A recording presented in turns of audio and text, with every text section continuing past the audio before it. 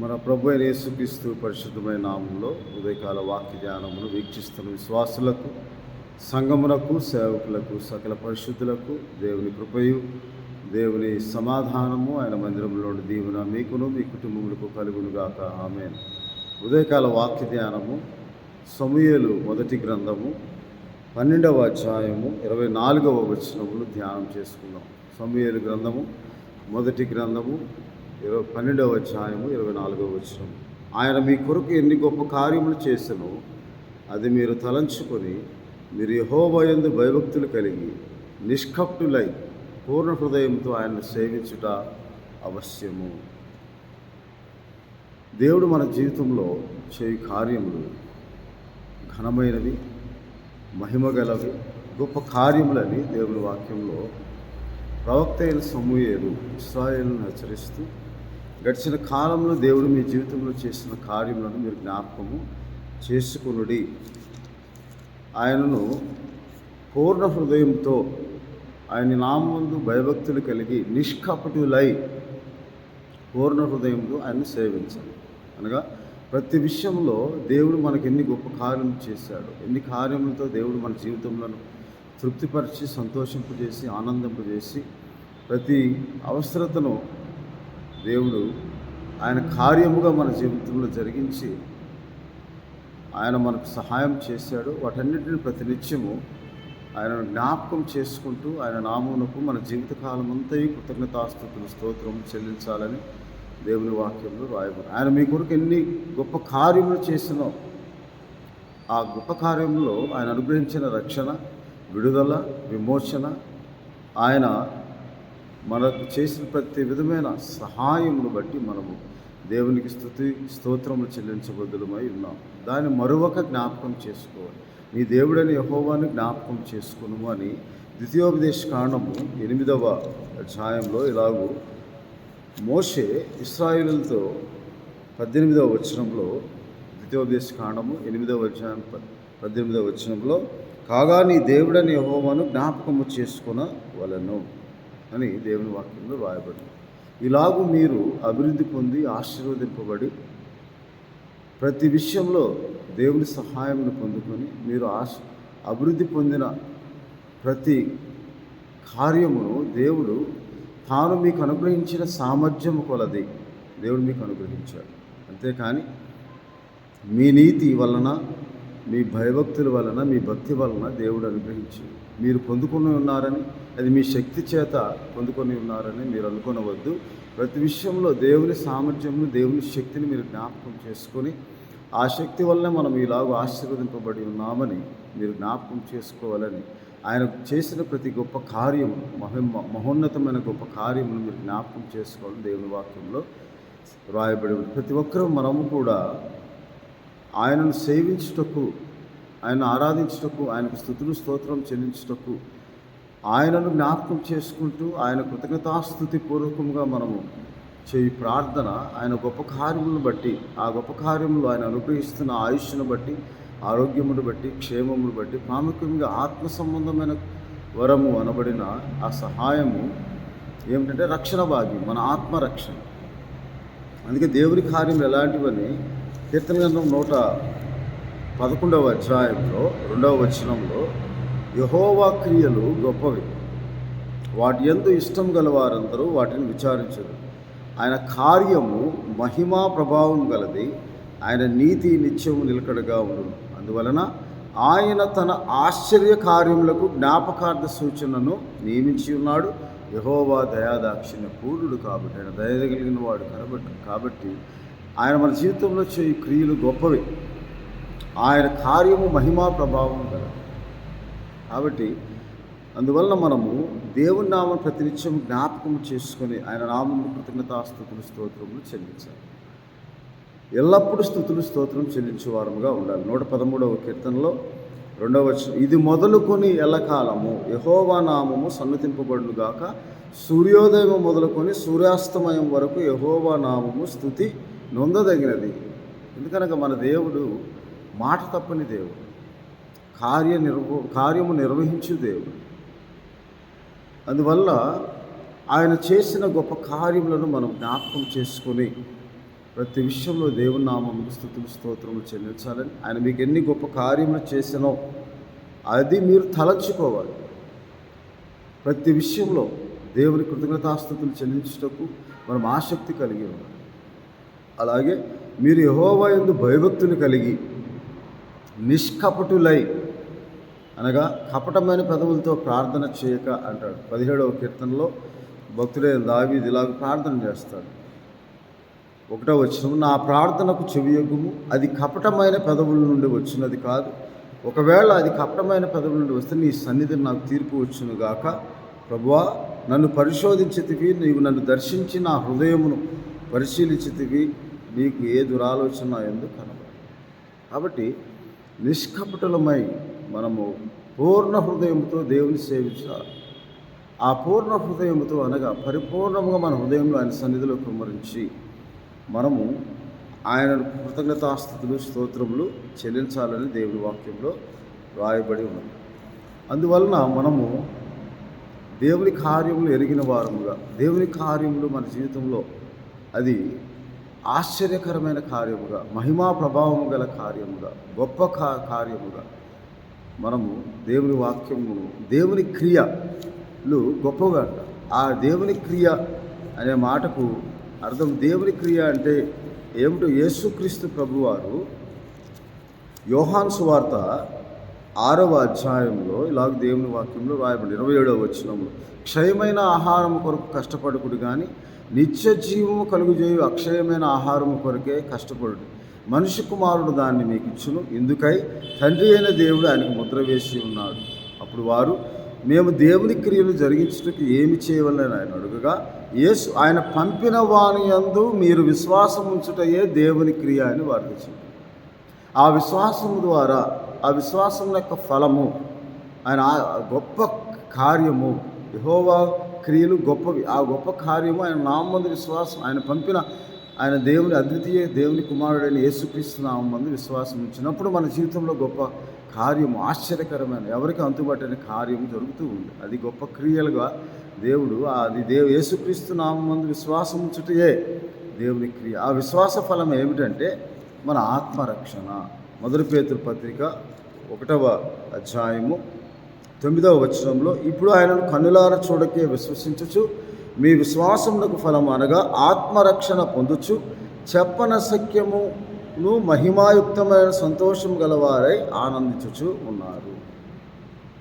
ఎందుకనగా ఆయన నామందు విశ్వాసం ఉంచడం ద్వారా మనకు దేవుని కార్యం మన జీవితంలో జరిగించడానికి దేవుడు ఒక గొప్ప మహిమా ప్రభావం గల కార్యమును ఆయన జరిగించాడంటే అది మన ఆత్మరక్షణ. ఈ లోకంలో ఎవరు అనుగ్రహించలేనిది అద్వితీయ దేవుడు, పరమ ప్రభువు, దేవుడినైన యేసుక్రీస్తు ప్రభువు ద్వారా మనకు అనుగ్రహింపబడినది. ఆ క్రియ మన జీవితంలో ప్రత్యక్షపరచబడి అది మన విశ్వాసం క్రియాత్మకంగా ఉన్నప్పుడు మన ఆత్మరక్షణ మనం పొందుతాం. ఆ రక్షణ గొప్ప కార్యము, దేవుడు మనకు అనుగ్రహించి గొప్ప. దాన్ని తలంచుకొని, ప్రభువా, పాపిని నన్ను కరుణించి నీవు అనుగ్రహించిన రక్షణ భాగ్యమును బట్టి స్తోత్రాలు. నీ క్రియలను, గొప్ప క్రియలను బట్టి, నీ కార్యములను బట్టి, మహిమా ప్రభావములు గారు కార్యమును బట్టి నీకు స్తోత్రాలు ప్రభువా. నా పాపిని నన్ను కరుణించి నశించిపోవచ్చున్న నా ఆత్మను మీరు రక్షించుటకు పరలోకం నుండి భూలోకము దిగివచ్చారు తండ్రి అని మనం కృతజ్ఞతాస్తుతులు ప్రతినిత్యము ఆయనకు చేయు ప్రార్థనలు, ఆయన అనుగ్రహించిన పాప క్షమాపణ ద్వారా, ఆయన అనుగ్రహించిన విశ్వాసము ద్వారా, ఆయన అనుగ్రహించిన రక్షణ భాగ్యము ద్వారా, ఆయన అనుగ్రహించిన నిరీక్షణను బట్టి మనం కృతజ్ఞతాస్తుతులు చెల్లించబద్దులమై ఉన్నాము దేవుని వాక్యం. అలాగే ఈ లోక సంబంధమైన కార్యములు కూడా దేవుడు మన జీవితంలో జరిగించిన గొప్ప కార్యము, ఆశ్చర్యకరమైన సహాయము ఆయన అనుగ్రహించినప్పుడు మనం వర్ధిల్లుతామని, మనం దేవుని ఆశ్రయించినంత కాలం వర్ధిల్లువారుగా ఉంటామని దేవుని వాక్యంలో రాయబడి ఉన్నది. కాబట్టి మనము అలాగూ ఆయన అనుగ్రహించి ఆశ్చర్యకరమైన సహాయములు పొందుకున్నప్పుడు మనము యథార్థముగా పూర్ణ హృదయంతో, పూర్ణ ఆత్మతో, పూర్ణ బలముతో మనం దేవుని సేవించుటలో ఆయన నామమును మహింపరచుట, ఆయన నామం స్తుతులు స్తోత్రం చెల్లించుట, ఆయన నామము కృతజ్ఞతాస్తుతులు చెల్లించుట, ఆయన చేసిన ప్రతి కార్యమును బట్టి, ఆత్మ సంబంధమైన గొప్ప కార్యమును బట్టి, ఆత్మ సంబంధమైన ఆశ్చర్య కార్యములను బట్టి, ఆయన అనుగ్రహించిన ఈ లోకంలో మనం జీవించటకు మనకు ప్రతి అవసరతను బట్టి, అద్భుత కార్యమును బట్టి, మనం అడుగు వాటన్నిటికంటేనూ ఊహించు వాటన్నిటికంటేనూ అత్యధికముగా చేయగల దేవుని శక్తి మనలో కార్యశక్తి కలిగిన బట్టి ఆయన క్రియలు గొప్పవిగా మన జీవితంలో కనబడినప్పుడు మనము దేవునికి ప్రతి నిత్యము కృతజ్ఞతాస్తుతులు స్తోత్రము చెల్లించబదులమై ఉన్నాము. కాబట్టి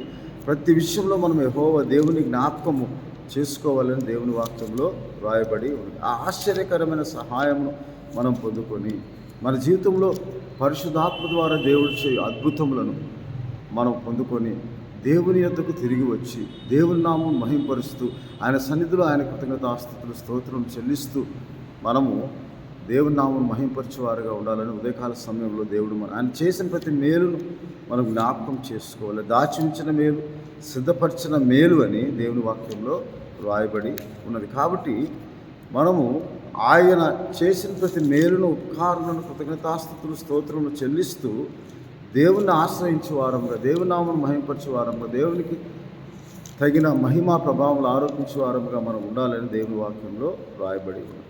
మనం చేయి ప్రతి ప్రార్థన విన్నపంలో ఫిలిప్పీలకు రాసిన పత్రిక 4వ అధ్యాయం 6వ వచనంలో అపోస్తలుడైన పౌలు గారు ఫిలిప్పీ సంఘానికి రాస్తూ ఇలాగూ, మీరు దేన్ని గురించి చింతింపకుడు కానీ ప్రతి విషయంలో అనగా దేవుడు మీ జీవితంలో చేసిన ప్రతి మేలు విషయంలో, ఆయన జరిగించిన గొప్ప కార్యముల విషయంలో, మీరు పొందుకున్న ప్రతి దీవెన విషయంలో, ఆశీర్వాద విషయంలో మీరు ప్రార్థనా విజ్ఞాపన చేత కృతజ్ఞతాపూర్వకంగా మీ విన్నపములు దేవునికి తెలియచేయండి అంటున్నారు. అప్పుడు దేవుడు మన యందు ఆనందించి మనను మరి ఎక్కువగా దీవించి ఆ ఆత్మ సంబంధమైన రక్షణ భాగ్యం అనబడిన గొప్ప మేలును, దేవుని కార్యమును మనం తలంచుకొలుచు మనము విశ్వాసంలో ముందుకు కొనసాగాలని దేవుడు ఉదయకాల సమయంలో ఆయన సేవించుటలో స్తుతించుట, మహింపరచుట, గణపరచుట, కొనియాడుట, కీర్తించుట, కృతజ్ఞతాస్తుతులు చెల్లించుట అనేది అది ఆత్మ యందు తీవ్రత కలిగిన వారు. రోమాపత్రిక 12వ అధ్యాయం 11వ వచనంలో ఇలాగ దేవుని వాక్యంలో, మీరు ఆసక్తి విషయంలో మాంజులు కాదు, అనగా దేవుని నామం మహింపరచుట ఎందు ఆసక్తి కలవారై, దేవుని నామములకు స్తుతి స్తోత్రం చెల్లించటంలో ఆసక్తి కలవారై, ఆయన చేసిన ప్రతి మేలును, ఉపకారం జ్ఞాపకం చేసుకుంటూ ఆయన నామమును సేవించుటయందు, ఆయన నామమును ఆరాధించుటయందు, ఆయన నామమును మహింపరచుటయందు మీరు ఆసక్తి కలిగి ఉండాలి. అందులో మాంద్యులు కాక ఆత్మ యందు తీవ్రత కలవారే. ఆత్మ యందు తీవ్రత అనగా ఆశతో నీ ఆత్మ ఆయన సేవించుటకు ఆపేక్ష కలిగి ఉండుట. ఆ ఆపేక్ష కలిగిన వారమై మనము ప్రభువుని సేవించాలని నిరీక్షణ గలవారై సంతోషించుచు ప్రార్థన యందు పట్టుదల కలిగి ఉండాలని రోమాపత్రిక 12వ అధ్యాయం 11వ వచనంలో రాయాలి. కాబట్టి అటువంటి ఆశ, తపన, తృష్ణ మనం కలిగి ఉండాలి. ఎందుకంటే ఆయన చేసిన గొప్ప కార్యంలో మొట్టమొదటి ఆత్మరక్షణ, ఆయన అనుగ్రహించిన విశ్వాసమును బట్టి ఆ విశ్వాసమును ఫలం మనం పొందుకోవచ్చు. ఆత్మ సంబంధమైన కృపావరములతో దేవుడు మనకు అనుగ్రహించిన ప్రతి ఆశీర్వాదమును ఈ లోక సంబంధంలో మన అవసరతలు ఆయన ఎరిగి ఉన్నాడు. కాబట్టి ప్రతి గొప్ప కార్యము ఆయన మన జీవితంలో జరిగించి మనం ఊహించని కార్యములు మన జీవితంలో మనం పొందుకున్న తర్వాత ఆయన మరొక ప్రతి విషయంలో మనం జ్ఞాపకం చేసుకొని ప్రతి విషయంలో కృతజ్ఞతాపూర్వకంగా దేవునికి కృతజ్ఞతాస్తుతులు స్తోత్రం చెల్లించినప్పుడు మనము సంతోషించి ఉత్సహించి దేవుని నామందు మనం ఆనందిస్తామని దేవుని వాక్యంలో రాయబడి హృదయపూర్వకంగా ఉల్లసిస్తారు. కాబట్టి మనం పూర్ణ హృదయంతో దేవుని నామాన్ని మనము జ్ఞాపకం చేసుకుని ఆయన చేసిన ప్రతి మేలు, ఉపకారం, కృతజ్ఞతాస్తుతులు స్తోత్రం చెల్లించాలని 1 కొరింథీ తెస్సలోనికి రాసిన పత్రికలో ఇలాగ కూడా దేవుని వాక్యంలో రాయబడింది. 5వ అధ్యాయము 16వ వచనంలో, ప్రతి విషయమందు అనగా దేవుడు మన జీవితంలో చేసిన ప్రతి కార్యం ఆత్మ సంబంధమైన ఆత్మరక్షణను బట్టి, విశ్వాసమును బట్టి, నిరీక్షణను బట్టి ప్రతి విషయం ఈ లోక సంబంధంలో దేవుడు మనం ఊహించలేని మేలులతో దేవుడు మనం తృప్తిపరిచిన దేవుడు ఆ కార్యములను జ్ఞాపకం చేసుకుని జీవమును బట్టి, ఆయుష్ను బట్టి, ఆరోగ్యం బట్టి, క్షేమను బట్టి, పోషణను బట్టి, సంరక్షణను బట్టి ఈ లోక సంబంధమైన ప్రతి విధమైన ఈవిని కూడా మనము పొందుకున్నప్పుడు ప్రతి విషయం అందు కృతజ్ఞతాస్తుతులు చెల్లించుడి. ఇలాగు చేయుట యేసుక్రీస్తునందు మీ విషయంలో అది దేవుని చిత్తమై. ప్రతి విషయంలో కృతజ్ఞతాస్తుతులు మనం చెల్లించాలని అది దేవుని చిత్తమై ఉన్నదని దేవుని వాక్యంలో రాయబడింది. కాబట్టి ఆ కృతజ్ఞతాస్తుతులు చెల్లించుట ఆయనకి ఇష్టమైన యాగం. అందువలన మనమందరం దేవుడు మన జీవితంలో ఎన్ని గొప్ప కార్యములు చేసాను ప్రతి వాటిని మనం జ్ఞాపకం చేసుకుని దేవాది దేవుని కృతజ్ఞతాస్తుతులు స్తోత్రములు చెల్లిస్తూ కీర్తన గ్రంథంలో ఒక చక్కని మాట రాయబడి ఉన్నది. 69వ కీర్తన గ్రంథం 69వ అధ్యాయంలో ఇలాగ దేవుని వాక్యంలో రాయబడి ఉంది. 63వ అధ్యాయంలో 5వ వచనంలో, ప్రభు మెదడు నాకు దొరికినట్లు నా ప్రాణం ఉత్సహించు పెదవులతో నా నోరు నిన్ను గూర్చి గానము చేయను. కాగా నా జీవిత కాలమంతా నేను ఇలాగను స్తుతించెదను, నీ నామం బట్టి చేతులెత్తెదను, నీవు నాకు సహాయకుడివై ఉంటివి. 62వ కీర్తనలో 8వ వచనం, జనులారా ఎల్లప్పుడూ ఆయన నమ్మిక ఉంచు, ఆయన యందు నమ్మిక ఉంచుడి, ఆయన సన్నిధిని మీ హృదయం కృమ్మరించుడి, ఆయన మనకు ఆశ్రయము అని చెప్పి దేవుని వాక్యంలో రాయబడిన ప్రకారం మన ప్రతినిత్యము దేవుని కృతజ్ఞతాస్తుతులు స్తోత్రము చెల్లిస్తూ ఆయన నామం మహింపరచువారుగా ఉన్నాడు. ఆయన మన జీవితంలో చేసే ప్రతి మేలుకి ఉపకారములకి ఆయన అనుగ్రహించిన అన్నిటికంటే ప్రాముఖ్యమైన ఆయన చేసిన ఆశ్చర్యకరమైన సహాయం ఏమిటంటే, మన ఊహకు మించినదంటే మన ఆత్మరక్షణ. దాన్ని బట్టి మనం దేవునికి కృతజ్ఞతాస్తుతులు చెల్లించబద్దులమై ఉన్నామని దేవానికి కృతజ్ఞతాస్తుతులు చెల్లిస్తూ ఉన్నాను. ప్రభు నీవు చేసిన నా జీవితంలో చేసిన ప్రతి మేలుకు ఉపకారంగా స్థుతులు స్తోత్రములు అని చెప్పి మనము ఆయన కృతజ్ఞతాస్తుతులు చెల్లించాలని దేవుని వాక్యంలో దేవుడు మనతో మాట్లాడు. కాబట్టి ఆయనను మరువక ఆయన చేసిన ప్రతి మేలును ఉపకారం మనం ప్రతినిత్యం జ్ఞాపకం ఉంచుకొని మనం ఆయనకు స్తుతులు స్తోత్రం చెల్లించబద్దులమై ఉన్నామని దేవుడి ఉదయకాల సమయంలో ఆయన వాక్యం ద్వారా మనతో మాట్లాడి కృపను, అటు హృదయమును, అతి ఆత్మ నడిపింపు దేవుడు మీకు దయచేయను గాక. ఆమె. ప్రభువా మీకు స్తోత్రాలు. ఉదయకాల సమయంలో అవును తండ్రి, ప్రభువా ప్రతి విషయంలో మీరు మా జీవితంలో చేసిన ప్రతి విషయంలో గొప్ప కార్యములు బట్టి, మహిమా ప్రభావము గల కార్యములు బట్టి, మీరు అనుగ్రహించిన ఆత్మరక్షణను బట్టి, ఎందుకనగా మీ క్రియలు గొప్పవి తండ్రి. ప్రభువా దేవుని క్రియ యేసుక్రీస్తు ప్రభు నామందు విశ్వాసం ఉంచడం ద్వారా అనుగ్రహించబడే రక్షణ భాగ్యం.